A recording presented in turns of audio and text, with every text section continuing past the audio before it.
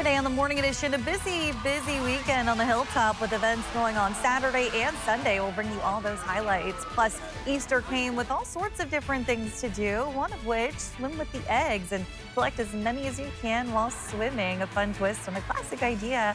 We'll show you how it went. And later, fans of the Big Bear Eagles, Jackie and Shadow, probably already know there's 2 new eaglets in their nest this morning as both eggs hatched over the weekend. We'll show you how the little babies are doing as the Morning Edition starts now. Good Monday morning, everyone. Thanks for waking up with us today. We want to alert you really quick. Alaska State Troopers say the Parks Highway is closed in both directions at mile 240 just south of Healy due to a commercial vehicle rollover that blocked both lanes. That was right around 1:30 this morning. So it's still showing as closed on Alaska 511. So just be aware of that if you're headed in that direction. I'm sure people on the roads are going to want to know what the weather is looking like too, Aaron. Yeah, we're still holding on to those warming conditions. A big concern continues to be that freeze-thaw pattern. Of course, temperatures through the night have been hovering near freezing for many areas of South Central. So we're going to continue to see many of that melting on that parking lot, side roads, sidewalks, and just melting in general across South Central. So be mindful of that as you get out on those roadways, particularly in areas where you will encounter some of those ice potholes. 30 degrees is where we're currently sitting at in Anchorage, so it is a warm start to the morning with winds remaining fairly light. We did see some of that wintry mix through the weekend. Of course, most of that stay confined to coastal areas. We actually managed to stay a lot drier for inland locations, but we will still be watching a chance for some wintry mix as we head through the next couple of days. 20s and 30s as we wake up this morning. Of course, the only cool spot is you head through the Copper River Basin where we're sitting at 17 degrees in Golcana, 32 degrees in Palmer, and of course the warm spot coming in at Seward at 34 degrees this morning. So these temperatures have been steadily warming across the state. We're finally hitting those 40-degree marks across the region. We'll see another chance at that later today. Of course, we'll start off this morning with some cloudy conditions. We may see some spotty to isolated areas of wintry mix for inland locations, but largely expected to remain dry. We are seeing parts of the Kenai this morning where we do have some light areas of snow, possibly some wintry mix embedded within that, but most likely some snow with those temperatures holding near freezing. We're going to be fairly quiet today, but notice out west as you head through parts of the Aleutians, the Alaska Peninsula, and then southwest Alaska where we are seeing a winter weather advisory. That is set to arrive in South Central as we head from Tuesday on into Wednesday. So we will be seeing another rounds of some wintry mix building our way. We've also got this ongoing warming trend that remains with us across South Central. And we're going to be talking about temperatures in the interior chasing 40. We'll also be watching the potential for some isolated wintry mix spreading into the interior later this week. I'll have those details and more coming up throughout the show. Now, this weekend was a busy one over at Hilltop Ski Area with the ski season nearly at a close. And let's not forget that Sunday just happened to be Easter as well. Charlie Fellows gives us a recap of the goings-on at the slopes. Easter weekend at Hilltop Ski Area was a wild ride. 2 days of folks taking on these slopes for 2 very different reasons. The first involving speed and skill, the second requiring patience and perception. But enough about that. I'm sure you're wondering what this giant pool of water is here. I'm not going swimming, don't worry. But on Saturday, that would have put me in the minority. Nice! Yeah, for me, it's just the community. We have such a great group of people around us, and it really just keeps me going throughout the days. Oh, this looks good. The vibe here is so awesome. Like, honestly, everyone here is so stoked to like be skiing. It makes it's a lot of fun. Robin Hood, show me what you got! Oh man, I was just trying to go as fast as I possibly could, and then just sending as hard as I could, and it worked out today. And after everyone had had their fun, these slopes were filled with over 1,000 of these, filled with candy and prizes, finding one a true test of perception. And I saw a glint of gold from the corner of my eye in a cute little grassy patch. And I thought, no, it couldn't be. There's no way. And then I went and I started to part the grass, and lo and behold. We had a strategy. We were looking where they all were on the chairlift. Oh, you saw them from overhead? Yes, we did. We went the way no one else was going. With just 1 week of full operation left in the 2026 calendar, this weekend was a strong send-off to the season at Hilltop. Charlie Fellows, Alaska's news source. That golden egg, by the way, was just one of 3. They contained prizes such as season passes, but they weren't the only eggs up for grabs in Anchorage.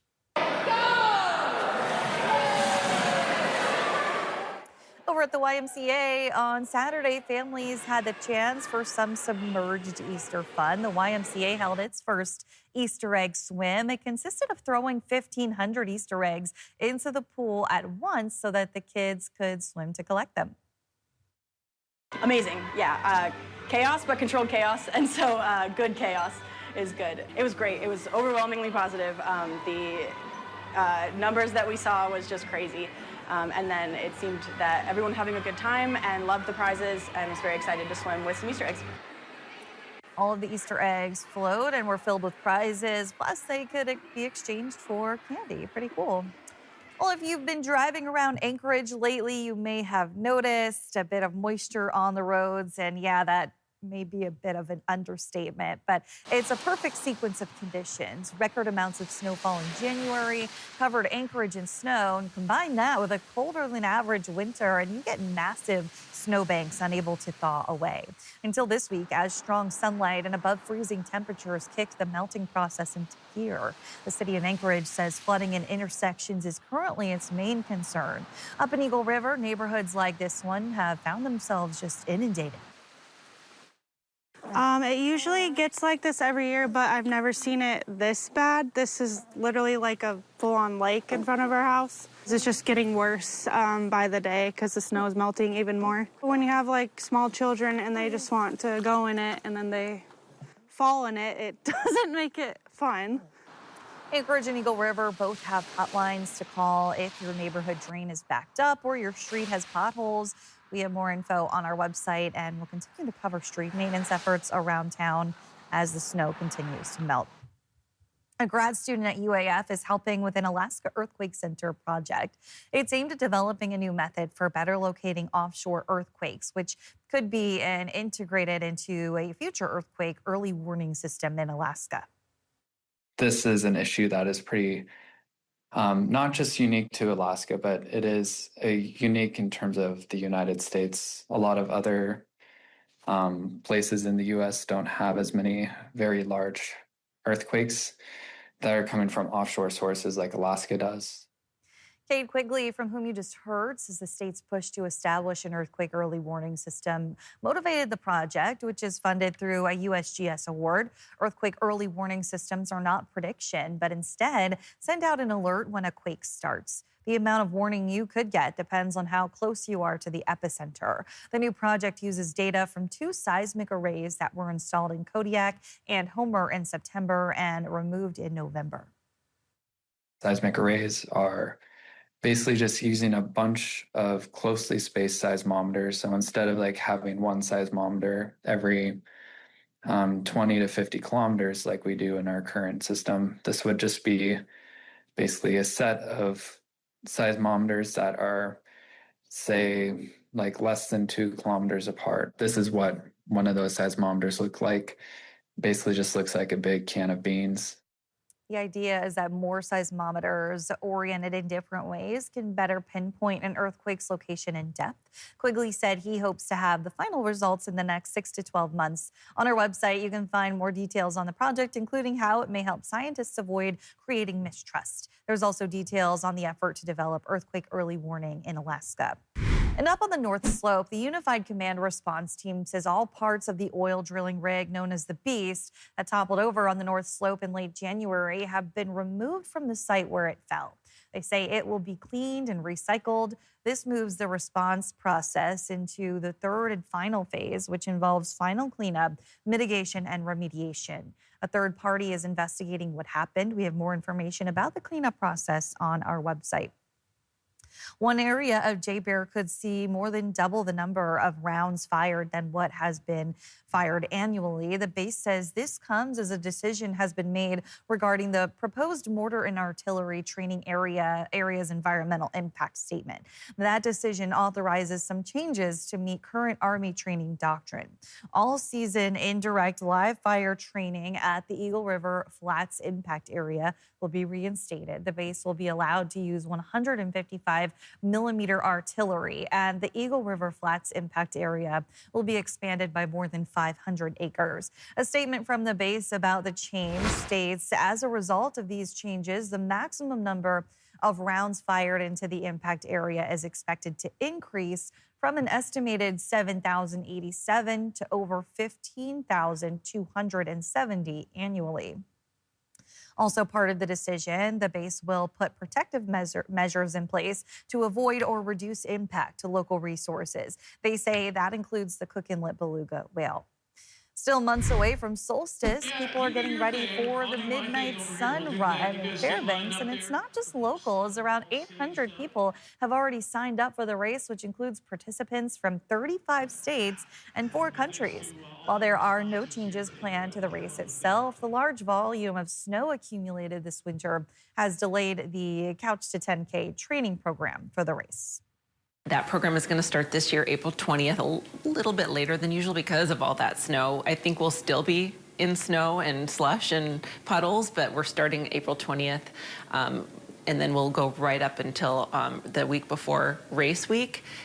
Gives you 8 weeks to train for the Midnight Sun Run. The 2026 edition of the race will take place on June 20th.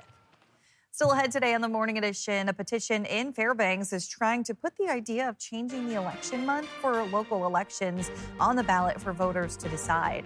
Why some feel the change is necessary and others feel it could lead to confusion. After the break.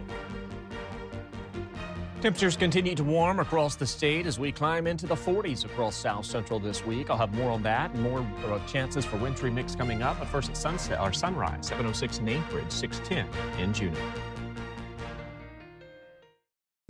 Welcome back in on this Monday, coming off a nice sunny weekend. Aaron, headed into this work week, can we expect some of the same? Yeah, we're still going to see those temperatures steadily warming. While we are still on the dry side, we will hold on to a couple of days this week where we will be watching some rain and snow building in across southeast or south central. Now, yesterday was the first day that we've seen in more than a month with temperatures sitting above seasonal values. You can see we were sitting at 1 degree above what we typically see during early April, which is finally bringing us back at or above those seasonal conditions. And we did officially hit 41 degrees or climb above 40 degrees yesterday as we topped out at 41 degrees in Anchorage. That's the first 40-degree day since January 16th. Of course, we did see a 40-degree day as well as in December, but that kind of gives you an idea of just that cold stretch that we have that we were sitting up under. And we're going to be watching this week as a stretch of 40s builds in across South Central. We're going to be talking about highs potentially climbing into the low to mid 40s. Now, for today, we will see some cloud coverage to start off the morning, but by this afternoon, we will see the return to some sunshine, meaning additional melting will take place, and we'll see those temperatures by this afternoon top out again, upper 30s and lower 40s to be expected, largely on the dry side for your Monday. Then as we welcome in Tuesday, we will begin to watch a system building in from the southwest, which will lead to a rain-snow mix across South Central. So again, largely dry today. We do have some light precip that's pushing through parts of the central Kenai. But for the rest of today, we'll, for the most part, stay dry with some cloud coverage. And then we'll see this system building in from the southwest as we welcome in the overnight hours on into our Tuesday. Now, this will come in the form of snow and a rain-snow mix as those temperatures will be sitting near freezing at night and then warm into the upper 30s and lower 40s during the afternoon. You can see, again, most of this activity will stay confined to coastal areas, but inland locations, we will be watching a chance that we could see a period of time where we could see some areas of wintry mix that will stay with us through at least the middle of the week. Now, when it comes to the snow accumulation, we will see some, but of course we'll be warm enough that the amount of snow that we'll see will certainly be a lot lower than if we were on the colder side. But we'll see areas of the mountains turning in pass, and of course the Chugach Range, higher elevations picking up a decent shot for some snow. Now at the sea level, we may see just some light snow accumulation, but keep in mind this will be mixing in with some rain that will fall in at the surface, and it's going to be a very fine light rain. Now notice this snow model forecast as we welcome in the middle of the week. This is only showing the potential, and most models, if not all models, are kind of eyeing in right around that ½ inch mark for snow accumulation, which means the bulk of the precip that we are going to see is going to come in the form of light drizzle activity, if not some rain showers. So we'll be watching for that embedded within the snow as well as we welcome in our Tuesday and Wednesday. This by no means is going to be widespread, but it will keep some scattered to periodic wintry mix around as we welcome in the coming days. You can see by Thursday on into the weekend, we'll see much drier conditions sticking around South Central. So there's that chance for some wintry mix Tuesday and Wednesday. Again, by no means is going to be widespread. Some locations will stay dry. It'll be isolated to scattered. But there it is, Kristen, daily highs sitting in the lower 40s. All right. Thanks, Aaron. A group of residents in Fairbanks are busy collecting signatures aiming to change when local elections take place. Alex Bengal spoke with a supporter and an opponent of the effort. A citizen initiative taking place this year across the interior aims to move municipal elections from October to November, aligning them with state and national elections. Organizer Tammy Wilson says this will be more convenient for residents and increase voter turnout. Every year we hear how low the turnout is in October. I don't remember the last time we said that about November. It just seems to get more people out. And so really it is the more participation we have, the more involvement we have with government, which makes a better government. Fairbanks Mayor Mindy O'Neill, on the other hand, argues this would create confusion for voters and have the opposite effect on turnout. The consistency of having municipal elections over decades for municipalities in October rather than November is something that the voters expect here. And so to change it, we believe that it could create confusion. 3 different initiatives are trying to get enough signatures to put the issue onto the ballot in this year's local elections. One for the Fairbanks North Star Borough and another 2 for the cities of Fairbanks and North Pole. Wilson says voters are excited to see the change and wondering why it hasn't happened already, while O'Neill counters that the election system currently works and the change isn't needed. Alex Bengal, Alaska's news source. When this proposal was brought up at a borough assembly meeting in 2023, the Fairbanks and North Pole City Councils unanimously passed resolutions keeping their elections in October, and the ordinance failed for the borough. This time, the sponsor's goal is to get enough signatures to add the question to the ballot. And we're just a day away now from the Anchorage municipal election. We have a full breakdown of the candidates running for the assembly and the propositions available on our website. Remember to go out and vote when you can.